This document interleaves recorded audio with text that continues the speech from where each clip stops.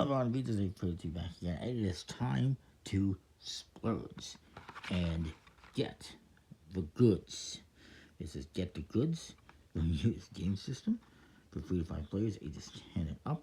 Designed by Alan R. Moon. You might know him best from a game he did after this one. Pretty popular game called Ticket to Ride. And then there's Mick Adu. Don't know him, unfortunately. It's an interesting game. This is from 1997 from the US game system. The most recent versions of this game came out in 2007, 10 years after that, called Gloria, Picktoria. That one was from Rio Grande Games, I believe. Same concept, except that one has I think it was a chicken theme, or is it a cat theme? I don't even recall. It was an animal. I think it was a chicken theme, where you're trying to get like chicken poops and stuff like that, and rugs, and yeah, it was a farming chicken theme. This one, however, is all about goods. In the game, you get 10 of these $ cards. You also get a score pad. You're going to be playing 3 rounds, and you're basically going to be trying to collect the most and or second most of different goods. In the game, the different goods you get include jewelry, real estate, antiques, gold, cash, yachts, art, stocks, casinos, and oil. Yes, this game definitely is all about greed. See, it's all about greed. The Gloria Picktoria version is probably a bit more fun, because it's about chickens and it's just funny and whatnot. But you get that, I'll put that in there. There's 10 different types of goods, and there's 9 of each good. There's also, I'll just double check here, 5 of these wild cards that can be used as anything. And there is 5 of these times 2, which basically will double your score. However, they prevent you from adding more goods to that pile. So we'll just mix those in there. So, at the start, you're going to choose a dealer, a star player, and what we're trying to do in this game is collect the most points by building up as much property as possible in goods piles, these different goods. And what you're going to do is you're going to set these 10 $ cards aside for the moment, designate a dealer, will shuffle the deck and deal out 4 cards to each player. Alright.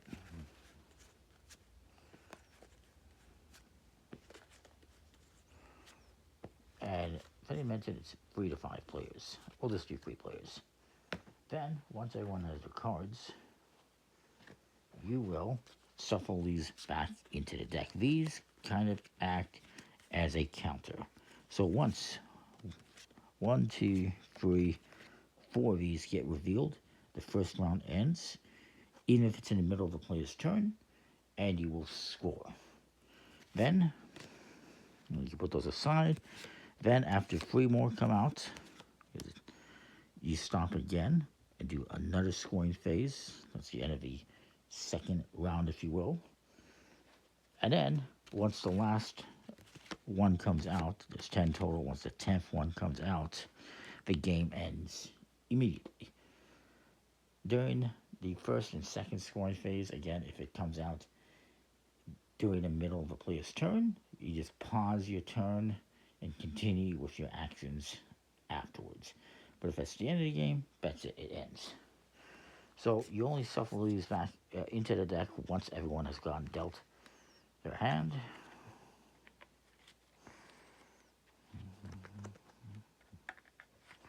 So I'll just shuffle these in there randomly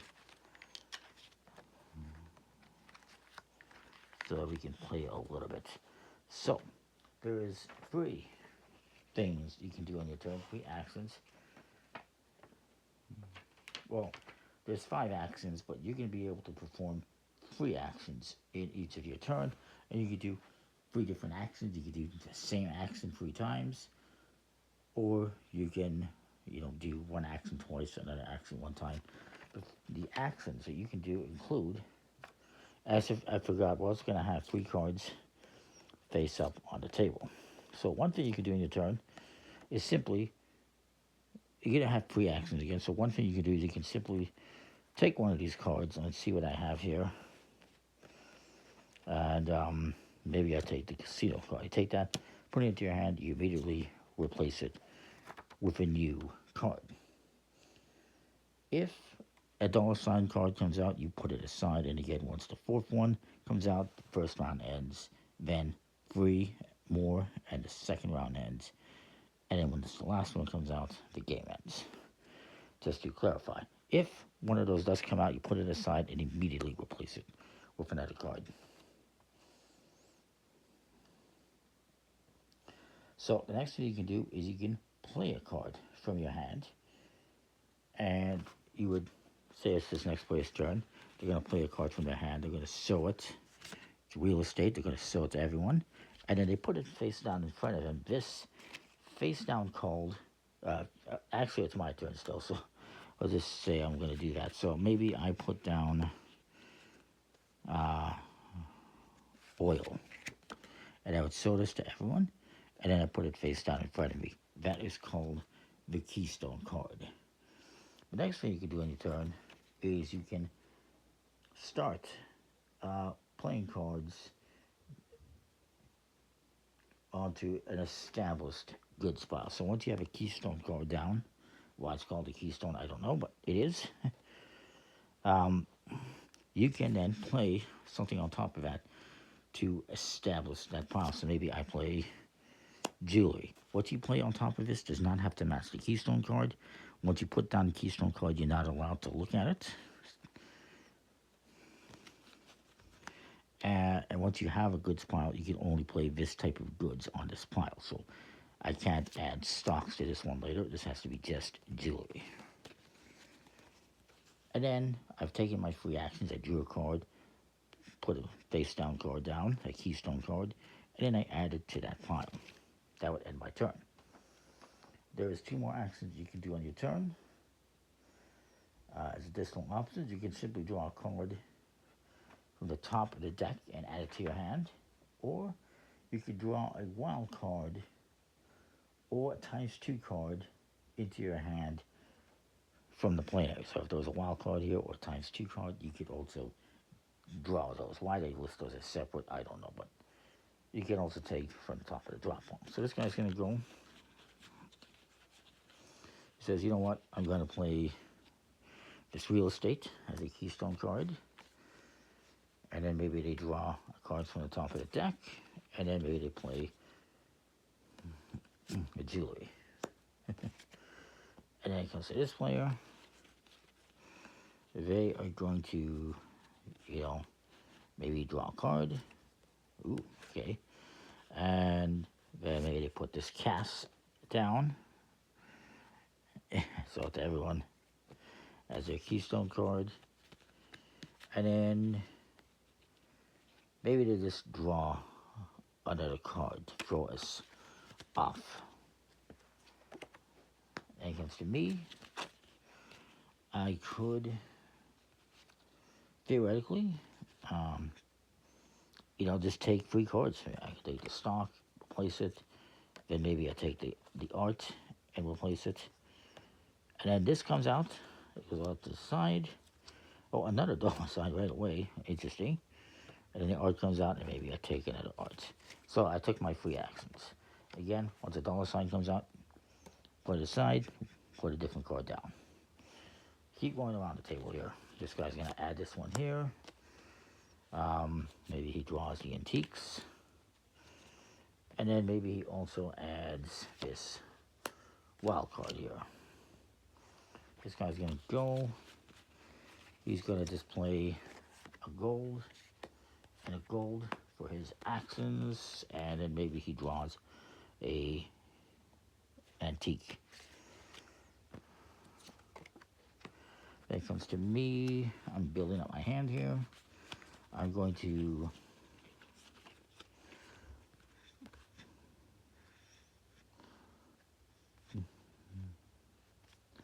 draw this art. Another dollar sign comes out. and another art. And my third action is going to be to put down an art. Why not? Next player is going to go. He decides to get a yacht, and then he plays it face down, and then maybe he takes his wild card, and then it's his turn. 3 actions. Oh, and now, once we have the $4 the first kind of round ends, and we score. And you're going to write these on your score sheet, score pad. And what you're going to do for scoring is, you're going to do this after every scoring period. Whoever has the largest property of each of the 10 types will get 3 points. Now, this is not a great example because we went through everything pretty quickly. Well, let's just say I had some more cards in front of me like this, and this guy had some more cards in front of him like this, and this guy put down some antiques, and let's just say that was the end of the first round. So what you're going to do is whoever has the most of each property type will get 3 points. 10 property types. So look around. Who has the most art? That would be me, so I get 3 points for that. Most jewelry is this guy, so he gets 3 points. You don't count the Keystone card, I don't believe. Well, I mean, you can, but you're not counting points per card. It's just whoever has the most. So I have the most art, 3 points. Most jewelry, 3 points. Most antiques, 3 points. This guy has 2, he has 3. Most gold, most casinos. I have jewelry, he has jewelry, but he has the most. And you just do that. And yeah, maybe you have a face down Keystone card that doesn't count for anything. Whoever is the second largest property of each type gets 1 point. So since he has the second most antiques, he gets 1 point for that. I have the second most jewelry, I get 1 point for that. So I currently have 3, 6, 7. He has 4. And this other guy also has, he has 6 actually. And if you only have, the only person who has property of a certain type, you get 4 points. So actually I kind of lied. This guy's the only guy who has gold currently, so he would actually get 4 points instead of 3. So if you have the most of a kind, you get 3. Second most, you get 2. So second most, you get 1. If you are the only one who has that particular type of good, you would get 4 points. If there is a tie for largest property, so let's just say that, let's just pretend that me and this guy were both tied for the most jewelry, we would each get 2 points. And nobody would get a point for the second largest property. If 3 or more were tied for the largest property, let's say, 3 of us had 2 jewelry, then we would each get 1 point and nobody gets a point for the second largest. If 2 or more are tied for the second largest property, they don't receive any points. All right? Hopefully that all makes sense. It's all pretty easy to look at. Now, at the end of the game, if this is the third scoring period, you will lose points as well. You will lose 2 points for any goods pile that only has a Keystone card. So if I had this down as a Keystone card, nothing on it, I lose 2 points. And every card you have left in your hand is going to be a negative point as well. So if I had 3 cards left in my hand, that'd be minus 3 points. And then minus 2, I'd be losing 5 points like that. So keep those in mind. These cards, again, if you take this and you put it here on the end of a row, you can no longer add anything to it.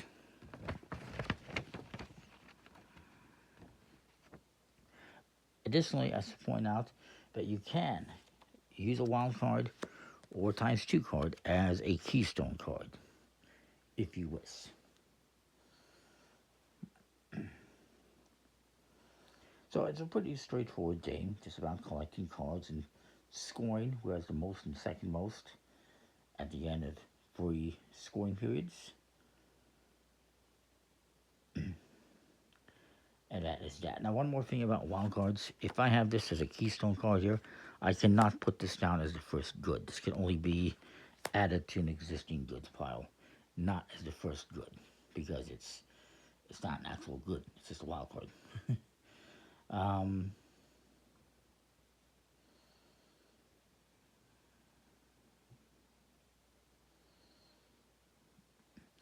Again, another thing, if you have the ×2, if I put the ×2 here, and I have the most art, I would double my score. So instead of it being